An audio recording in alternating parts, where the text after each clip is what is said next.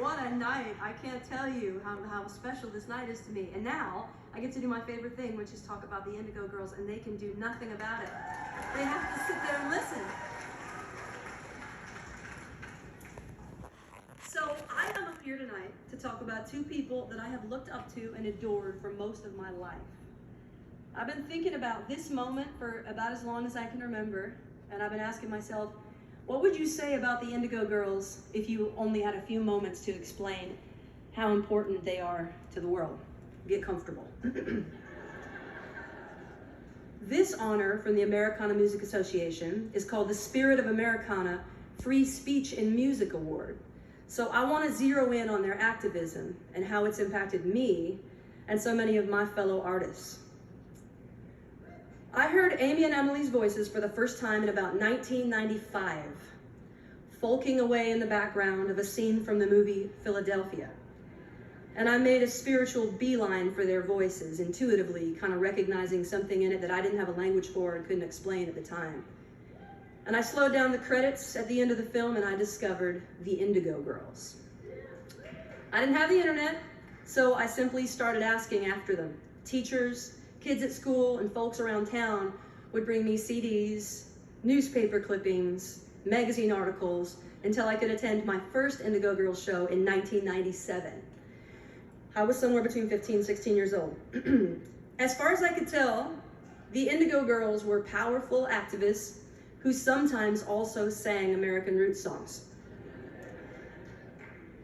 Their representation and poise were fundamental to my coming of age, and it absolutely wasn't because they were winning over the mainstream zeitgeist. Most of these magazine clippings said things like, lesbian musicians Indigo Girls banned from US high school. Now this was because they held a poetry contest where the winner got an Indigo Girls concert at their school, but the school boards were actively and effectively banning them.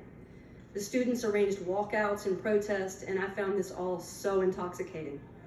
I remember thinking, God, I wish that was my high school. Sometimes the articles were just blatantly making fun of them for being and looking gay. I'd see an advert on TV for SNL with Closer to Fine in it, and I'd stay up all night to see my heroes on TV, only to find that they were being parodied instead of honored or upheld for their groundbreaking work and leadership. Now, this is seen by all of us as unacceptable now, and that's why I get to stand here and do things like this.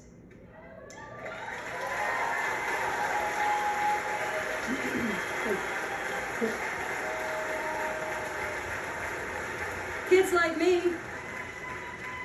like me fought our way through religious protesters to stand in a GA line all day to see the Indigo Girls. My first act of baby activism was to fight my way to an Indigo Girls concert with my guitar to busk the line.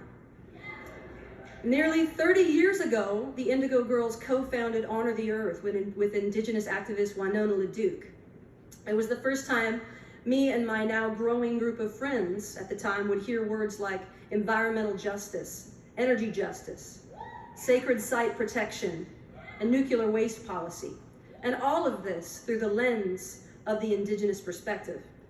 Crucially, and I have to add this, in support of the Indigenous perspective, because even though the Indigo Girls have righteously led in movements pertaining to LGBTQIA+ people, they have always had the wisdom to understand what it means to step aside and be an ally.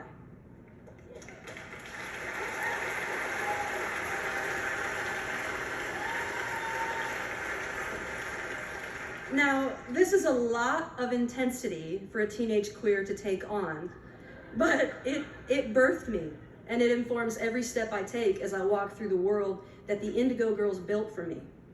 And when I started the Looking Out Foundation 17 years ago, my very first adult act of activism was to donate my very first check to Honor the Earth.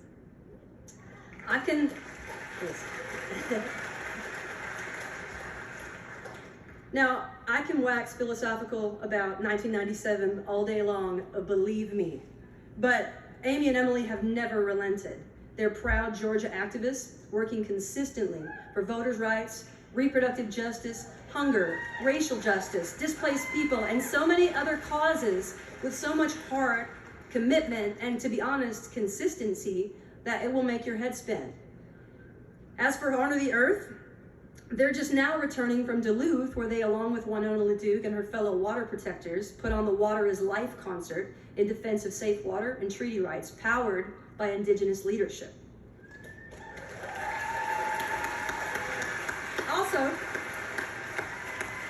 Also, what I'm about to tell you is so Indigo girls, it's not even fun.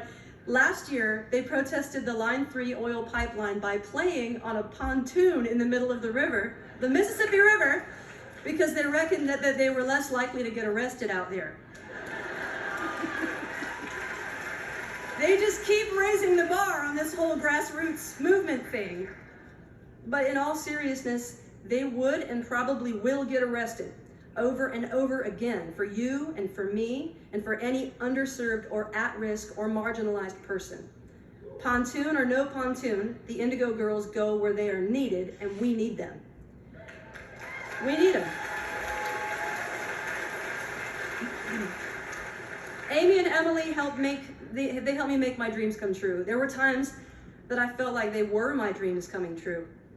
Before I grew up and got a record deal, I remember sitting outside their concerts on my guitar case, waiting for their tour bus to leave all night, you know, just to get a wave from one of them before I ever met them. And I remember thinking, one of these days, they're gonna look out that window and they're gonna see me out here on my guitar case and they're gonna think, she looks cool. They're gonna stop the bus like a movie and they're gonna be like, hop on, kid. Let's go on tour. Well, that shit actually happened.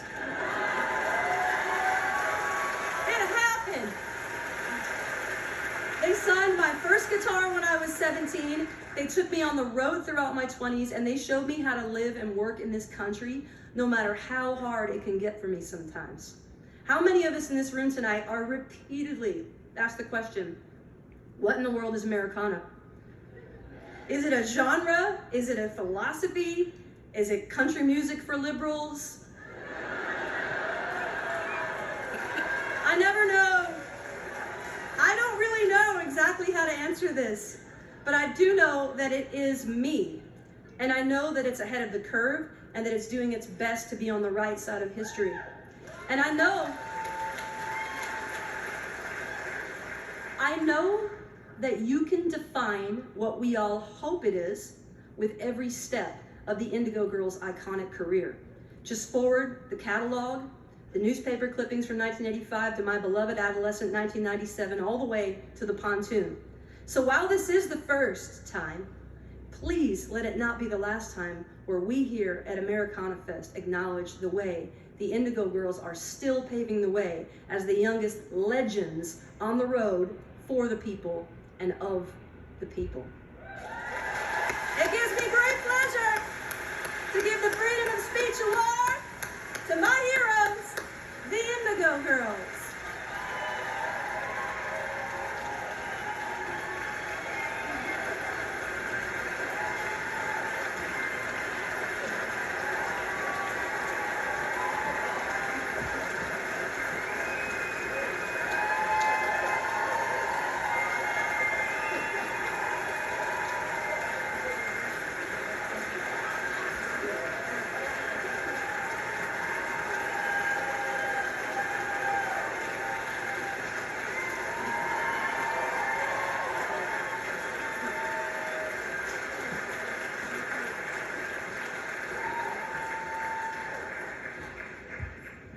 Wow. Okay, wow. Brandi. Wow. Thank you. And I have some words to say. Thank you to the Americana Music Association, first of all. Thank you all it's so nice. No one does activism alone. It's a collective effort. And our career is also a collective effort. From our high school English teacher, Ellis Lloyd, to John Blizzard, who took us under his wing at Little Five Points Pub, and our life of touring and privilege and rabble-rousing with a bunch of really cool people. The struggle for equality in our music scene, our ecosystem, this country, is not going to be easily won. It's going to take years to undo racism and homophobia that is woven into the fabric of this country and this music industry. Once Joan Baez said to me when we were talking about activism, she said, I'm not going to pass my torch to anyone. I'm going to hang on to it, and I'm going to help others light theirs. We all need to keep that flame of social justice alive. We want to thank our mentors in this social justice movement, the Women of Honor the Earth and the Indigenous Women's Network that taught us everything we know about activism. We use everything they taught in our queer activism and our activism for immigration issues, death penalty issues, reproductive rights, trans and queer kids, our work against suicide prevention, our work for suicide prevention. These women, Winona LaDuke, Cynthia Perez, Marcia Gomez, Ingrid Washinawatak, and Neelot Butler, are formative for us. Also, we want to say thank you to the activists that are actually working in the trenches against racism and homophobia and working to protect trans and queer kids and immigrant rights and suicide prevention and reproductive freedom. The women who mentored us in the music scene are very important to us from the earliest days. Caroline Aiken, Dee Dee Vogt, The Roaches, Joan Baez, Marin, June Millington, The Butchies, Joan Jett. All these women helped us discover who we are. Joni Mitchell. And Joni Mitchell.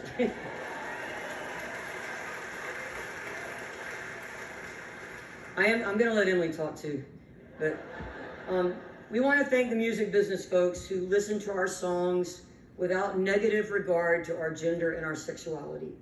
We want to thank our manager, Russell Carter, and our management team, Kathy Lyons and Adrian Carter. We also want to thank our booking agent, Frank Riley, and Dino Dusko, who built our career. We've been with these people since we were 23 years old. We want to thank Angie Carlson, who does our publicity, and AYAPA and all the people at Rounder Records that are so awesome to us. We want to thank the audience who stuck with us through decades, passing our music around and helping to build our career. You helped us grow and evolve and taught us it is not the quantity of our audience, but the quality of our audience.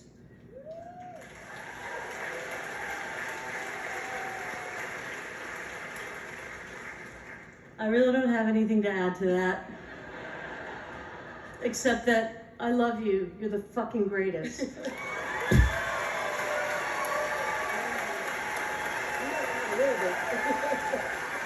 Thank you to my wife, Tristan, my daughter, Cleo, our peeps at home in Atlanta watching. Thank you for y'all's kindness. We're very, very humbled, honored, and grateful.